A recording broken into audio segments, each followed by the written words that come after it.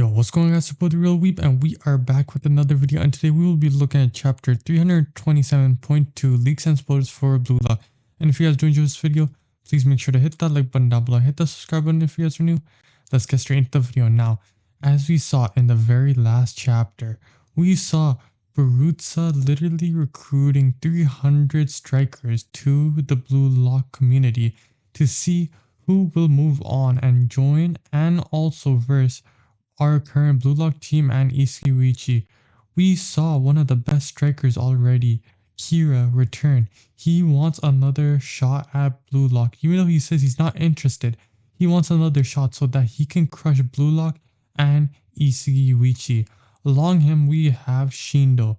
Those two are going with each other to see who their competition is. And as we saw in the last chapter, we saw our boy Nagi Seshiro. Kira acknowledges, saying, Nagi Seshiro, why are you here? Why is he even starting here? In the very beginning, everyone is confused. Kira's confused. Shindo's confused. No one understands. Shindo says, so there are 13 people in this room?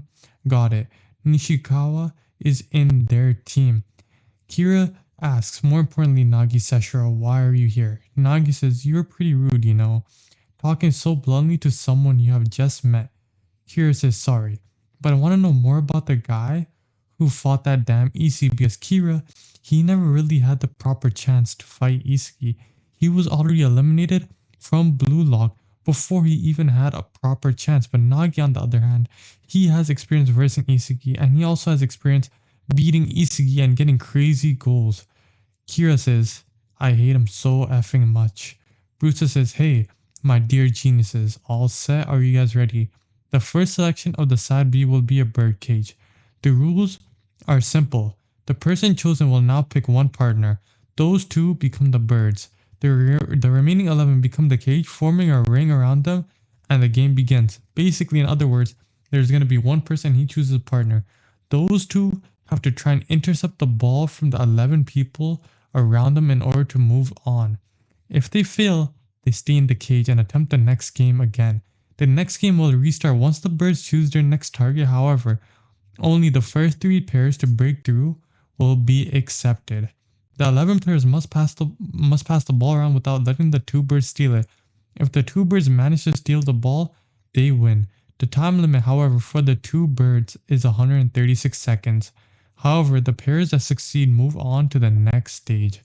Barutza then announces the first bird, which is you, Nagi Seshiro. Nagi says, I see. Okay, it's been a while. This feeling.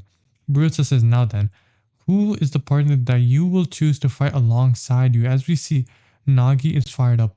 He is ready to succeed and he's ready to move on. He says, alright, I'll choose you. I grew up in Blue Lock with Isagi too. That's why I have to destroy him so bad. Nagi Seshiro looks at Kira and he chooses him as his partner, with Shindo saying, got it. We then see in the very last panel, Ego Jinpachi saying, Isagi, Yoichi. Can we talk? Just the two of us. Even with the start of Side B, Blue Lock still continues.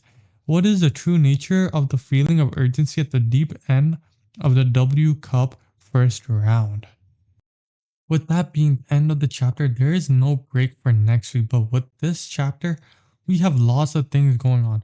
We finally see Kira and Nagi working together. Now, we already know the potential that both these players have. We know that they're both very amazing, and we're going to literally see like Isagi versus Kira and Nagi Seshiro. Now, I don't know what's going to happen. We already know how it was with Nagi versus Isagi, but Kira never really had a fair chance. As we all saw, when it was the same game that Kira got eliminated from, literally everyone teamed up against him because at the time, the motive was take out the strongest player and become the strongest of them all.